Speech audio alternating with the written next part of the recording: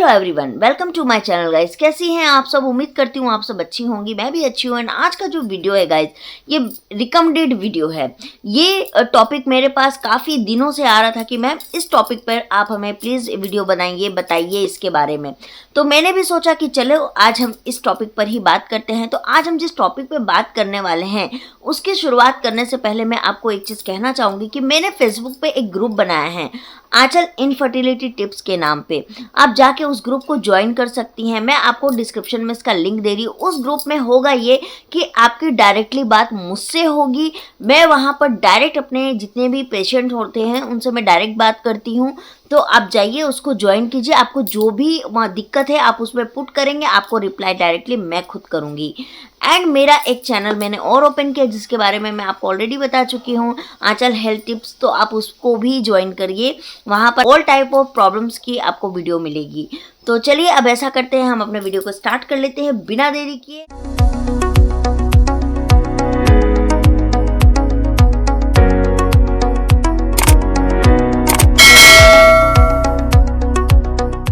आज हम बात करने वाले हैं एंडोमेट्रियोसिस की। एंडोमेट्रियोसिस क्या होता है, क्यों होता है, एंडोमेट्रियोसिस में क्या सिम्टम्स आते हैं, क्या ये प्रॉब्लम का निदान है, जड़ से इसका ट्रीटमेंट पॉसिबल है, बांझपन इसकी वजह से क्या हो जाता है, क्या के बाद में बच्चा होना संभव है। आज इन सारे टॉपिक्स पे हम बात करेंगे। मैं आपको जवाब देने वाली हूँ, तो इसीलिए वीडियो को पूरा देखिएगा। और अगर आपको अच्छा लगे, वीडियो नॉलेजेबल लगे, तो इसको शेयर जरूर करिएगा। तो सबसे पहले हम जानते हैं कि एंडोमेट्रियोसिस होता क्या है। गर्भाशय की जो लाइनिंग होती है उसको हम कहते हैं एंडोमेट्रियम। बाउल और पेल्विस की लाइनिंग के ऊपर उत्तक में एंडोमेट्रियम टिश्यू विकसित होने लगते हैं जिसको हम एंडोमेट्रियोसिस कहते हैं। और यहीं से शुरुआत होती है एंडोमेट्रियोसिस की समस्या की। एक सवाल और आता है कि क्या एंडोमेट्रियोसिस एक बीमारी है? तो जो है वो यूट्रस में होने वाली समस्या है जिसमें एंडोमेट्रियल टिश्यू में असामान्य बढ़ोतरी होने लगती है और वो गर्भाशय से बाहर तक फैलने लगता है। बात करते हैं कि एंडोमेट्रियोसिस होता क्यों है, इसके कारण क्या है, किस कारण से एंडोमेट्रियोसिस होता है। जो कारण है एंडोमेट्रियोसिस होने का वो है मासिक धर्म के दौरान रक्त सामान्यतः बाहर निकलने के बजाय फैलोपियन ट्यूब के माध्यम से पीछे की ओर प्रवाहित होती है, जिसके एंडोमेट्रियल उत्तक का विकास होना चालू हो जाता है। इसमें क्या होता है कि हार्मोन जैसे एस्ट्रोजन जो हार्मोन होता है, भ्रूण कोशिका एंडोमेट्रियल जैसी कोशिकाओं में ये परिवर्तित कर सकते हैं। एंडोमेट्रियोसिस जो है वो जेनेटिकली भी आपको हो सकता है। अगर आपके घर में किसी को पहले भी हो चुका है, एंडोमेट्रियोसिस की समस्या रह चुकी है, तो ये आपको जेनेटिकली भी होने का डर होता है। जैसे कि डायबिटिक हो गई, थायराइड हो गया, ये भी आपको जेनेटिक इफेक्ट करता ही करता है। तो उसी तरीके से अगर आपका एंडोमेट्रियोसिस का भी कोई हिस्ट्री रह चुका है तो ये आपको इफेक्ट जरूर कर सकता है। एस्ट्रोजन का ऊंचा होना यानी एस्ट्रोजन का बढ़ना स्तर एंडोमेट्रियोसिस के विकास को बहुत ज़्यादा बढ़ावा देता है। अगर आपकी बॉडी में एस्ट्रोजन हार्मोन की मात्रा बेहद ज़्यादा बढ़ती है तो ये आगे जाके आपको एंडोमेट्रियोसिस की शिकायत इससे हो सकती है। अब बात करते हैं कि हमको कैसे पता चलेगा कि एंडोमेट्रियोसिस हमको हो गया है, इसके लक्षण यानी सिम्टम हमको क्या मिलेंगे। तो एंडोमेट्रियोसिस में आपको पेडू में दर्द रहेगा, ये आपके पैल्विक में दर्द रहेगा। ये आमतौर पर मासिक धर्म के दौरान या उससे पहले होता है, लेकिन यह आपको किसी भी समय बहुत ज़्यादा हैवी पेन होने लगेगा। दूसरा है कि दर्दनाक मासिक धर्म आपको होगा, आपको बहुत ऐंठन आएगी, बहुत ज़्यादा पेन होगा। उसके बाद के साथ जब संबंध बनाते हो तो उस टाइम में आपको बेहद ज़्यादा दर्द महसूस होगा। आपको मल त्याग पेशाब करते समय दर्द होगा। यह आमतौर में मासिक धर्म में ही होगा, बाकी टाइम में आपको नहीं होगा। या ऐसा हो सकता है कि आपको बाकी टाइम में भी दर्द हो और मासिक धर्म में ये ज़्यादा से ज़्यादा आपको पेन हो। मासिक ज़्यादा हैवी ब्लीडिंग होगी, बहुत ज़्यादा आपको पेन के साथ ब्लीडिंग होगी। इनफर्टिलिटी आपको हो सकती है, यानी आप 12 महीने से नेचुरल प्रेगनेंसी अगर ट्राई कर रहे हैं आपको नहीं हो रहा है तो आपको ये एक कारण हो सकता है। थकान महसूस होगी, मतलब आप अगर कुछ नहीं भी कर रहे तो भी आपको लगेगा कि आप बहुत थके हुए हैं। पाचन संबंधित समस्या रहेगी, जैसे कब्ज की शिकायत होगी, आपका स्टूल प्रॉपर्ली पास नहीं होगा। तो ये इस तरह की आपको शिकायत देखने मिल सकती है एंडोमेट्रियोसिस के केसेस में। और ये स्टार्टिंग है, ये ऊपर नीचे हो सकता है, डिपेंड करता है कि आपकी एंडोमेट्रियोसिस की जो कंडीशन है वो कैसी है, बहुत हाई लेवल में है, मिड में है या कम में है।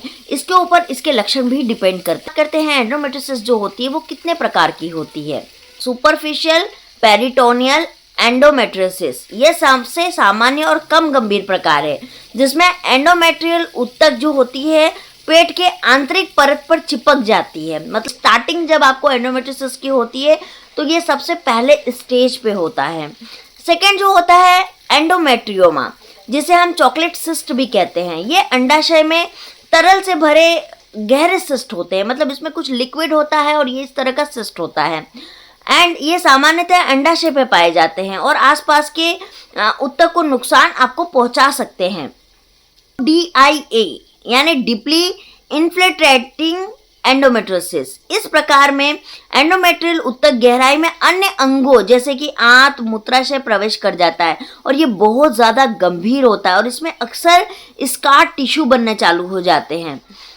एंड लास्ट होता है एब्डोमिनल वॉल एंडोमेट्रियोसिस। इसमें एंडोमेट्रियल ऊतक जो होती है पेट की बाहर दीवार पर विकसित होता है। कभी कभी ये सर्जिकल घावों पर भी विकसित होना चालू हो जाता है।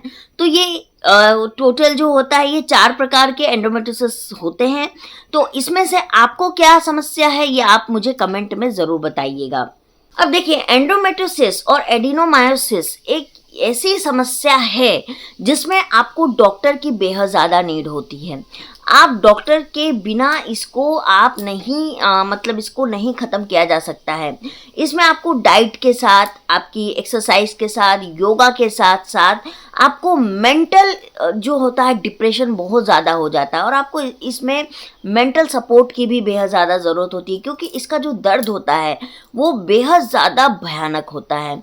तो अगर आपको एंडोमेट्रियोसिस की शिकायत है तो मैं आपको बता दूं कि इसका ट्रीटमेंट अगर आप एलोपैथिक में जाओगे तो इसमें आपको दर्द निवारक जो मेडिसिन होती है डॉक्टर वो देती है या हार्मोनल थेरेपीज चलाती हैं, लेकिन आपको इसमें जड़ से कोई निदान नहीं मिलता है। और जैसे ही डॉक्टर को इसको पहले स्टेज में पता चल जाता है कि आपको एंडोमेट्रियोसिस की समस्या हो रही है या एडिनोमायोसिस की समस्या हो रही है, तो डॉक्टर आपको सजेस्ट करते हैं कि आप जितनी जल्दी हो सके आप अपनी प्रेगनेंसी कंसीव कर ले, क्योंकि इस केस में प्रेगनेंसी होना बहुत ज़्यादा नामुमकिन सा होने लगता है।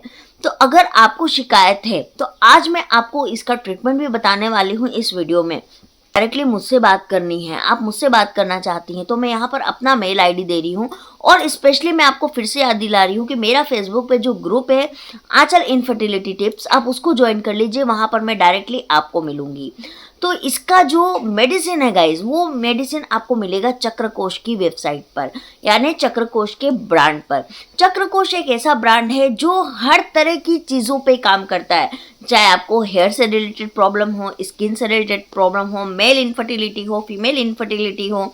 और फीमेल इनफर्टिलिटी को एक टॉपिक नहीं है, फीमेल इनफर्टिलिटी में बहुत सारी समस्या आती है। कई बार हम सिस्ट को भी बहुत मामूली समझ लेते हैं कि अच्छा ठीक है सिस्ट ही है ना, लेकिन यही सिस्ट जाके बाद में बहुत बड़ा रूप ले लेती है और जब हमको प्रेगनेंसी कंसीव करने में दिक्कत हो जाती है तो अब हम डॉक्टर के पास जाते हैं। इनफैक्ट अभी जो गर्ल्स जिनकी शादी नहीं हुई है, क्या ये समस्या उनको नहीं हो सकती है? बेहद हो सकती है। क्यों? क्योंकि हमारी लाइफस्टाइल आज के टाइम में बेहद ज़्यादा ख़राब हो चुकी है। हमारा खान पान अच्छा नहीं है, टाइमली कुछ भी नहीं है, टाइमली सोना नहीं है, स्ट्रेसफुल लाइफ है, हार्ड वर्क है, अपना करियर का टेंशन है, हम बहुत ज़्यादा स्ट्रेस में रहते हैं इन चीज़ों को लेके। शादी लेट होती है और उसके बाद हम पर फैमिली प्लानिंग का भी दबाव आ जाता है कि हमको फैमिली प्लानिंग भी करना है। तो ये सारी चीज़ें कुल मिला के हमारी लाइफ को बहुत ज़्यादा मतलब हार्म कर रही है चीज़ें। तो उसके लिए हमको अब क्या करना है? अब तो हम अगर इस स्टेज पे पहुंच गए हैं तो हमको प्रॉपर मेडिसिन लेने के अलावा हमारे पास कोई रास्ता नहीं है। तो हमको अब आपको मैं एक मेडिसिन बताने वाली हूँ जो कि फुल्ली किट है। अगर आप इसको लेते हैं तो मैं आपको इतना तो ज़रूर बोल रही हूँ कि आप इस समस्या से ज़रूर बाहर निकल जाएंगे। तो वो है endo relief kit. Endo relief kit क्या है कि आपकी जो मेडिसिन होती है वो है सिसफा, पैरिस चूर्ण, एच क्योर, फर्टिवी योनि थेरेपी किट। ये इसमें पूरी किट होती है और ये आपको जो बेनिफिट्स देती है वो होती है कि आपका ये चक्रकोश जो है ये आपको रिलीफ किट होता है, आपको दर्द से राहत देती है। Heating paid, Castrol oil, pack सूजन और पेल्विक दर्द को ये कम करता है। तनाव में कमी, ध्यान, योग, तनाव प्रबंधन में मदद करता है। सुधरी आपको ये जो किट है इसमें बेनिफिट ये होगा कि ये आपको सबसे पहले दर्द से राहत देगी। आपको जो पेल्विक में दर्द हो रहा है या जितनी भी प्रकार की आपको प्रॉब्लम हो रही है एंडोमेट्रियोसिस में, ये इसमें आपको बहुत ज़्यादा स्ट्रेस को कम करती है, क्योंकि इसमें योग, ध्यान और एक्सरसाइज वगैरह भी इसमें शामिल है, जो आपको डॉक्टर से बात करके वो आपको बहुत अच्छे से समझा पाएंगे इस चीज़ को। एंड थर्ड है कि आपको ये ऐसे उत्पाद जो रक्त प्रवाह को बढ़ाने के लिए लक्षित होते हैं, वे उपचार को बढ़ावा देने और असुविधा को कम करने में बहुत मदद करता है। और किट में अक्सर आहार संबंधी सुझाव और जीवन शैली में बदलाव शामिल होते हैं, जो समग्र प्रजनन स्वास्थ्य को बढ़ावा देते हैं। मतलब आपको अगर इनफर्टिलिटी की समस्या हो रही है तो ये प्रॉपर आपकी एंडोमेट्रियोसिस के साथ साथ आपकी फर्टिलिटी पे भी ये काम करता है, आपकी फर्टिलिटी को बूस्ट करता है। तो अगर आपको कुछ भी चीज़ इसमें डाउट हो या कुछ चीज़ नहीं समझ में आया हो तो आप मुझसे कांटेक्ट कर लीजिएगा मेरे ग्रुप में जाके, या फिर आप मुझे यहाँ पे कमेंट कीजिएगा तो मैं यहाँ पर भी आपको आंसर करूँगी। देखो, अगर आपको इनफर्टिलिटी की शुरुआत होती है तो वो आपके पीरियड से ही होती है, और हमारी बॉडी में अगर हार्मोनल चेंज हो रहा है तो वो पीरियड पे इफेक्ट डालता है। तो अगर आपको कुछ भी ऐसा लग रहा है कि नहीं मेरी मेंस्ट्रुअल साइकिल ऐसी नहीं थी, अब ऐसी हो रही है, मेरे को फ्लो कम आ रहा है, ज़्यादा आ रहा है, मुझे पहले पेन नहीं होता था अब बहुत ज़्यादा पेन हो रहा है, या ऐसी कोई भी चीज़ आपको दिख रही है, आपके स्किन में भी दिख रही है कि आपको डार्क सर्कल्स हो रहे हैं, पिंपल्स आ रहे हैं, आपके हेयर ग्रोथ हो रही है आपके स्किन पे बेहद ज़्यादा, एंड आपके बाल बहुत ज़्यादा झड़ रहे हैं, तो ये भी कहीं ना कहीं इससे कनेक्ट करते हैं। तो इसको आप बिल्कुल भी मजाक में ना लें, इसको सीरियसली लें, और आप ये दिए गए नंबर पर कॉन्टेक्ट कर लें। एंड मुझसे बात करनी है तो मैंने आपको बता ही दिया है कि मुझसे बात आपकी कैसे होगी। तो आई थिंक आपको इस वीडियो में मैं समझाने में सक्सेस हुई होंगी, कि मैं आपको इसमें सही तरीके से मैं आपको समझा पाई होंगी। अगर आपको मेरे वीडियो में कुछ भी अच्छा लगे तो इसको लाइक, सब्सक्राइब और शेयर ज़रूर कर दीजिएगा। मैं पूरी कोशिश करूँगी कि मैं हर एक टॉपिक को मैं कवर कर पाऊँ और आप लोगों को मैं हर एक टॉपिक पर आंसर कर पाऊँ, है ना। तो चलिए मैं मिलती हूँ आप लोगों से बहुत जल्दी एक नए वीडियो में, तब तक के लिए बाय बाय।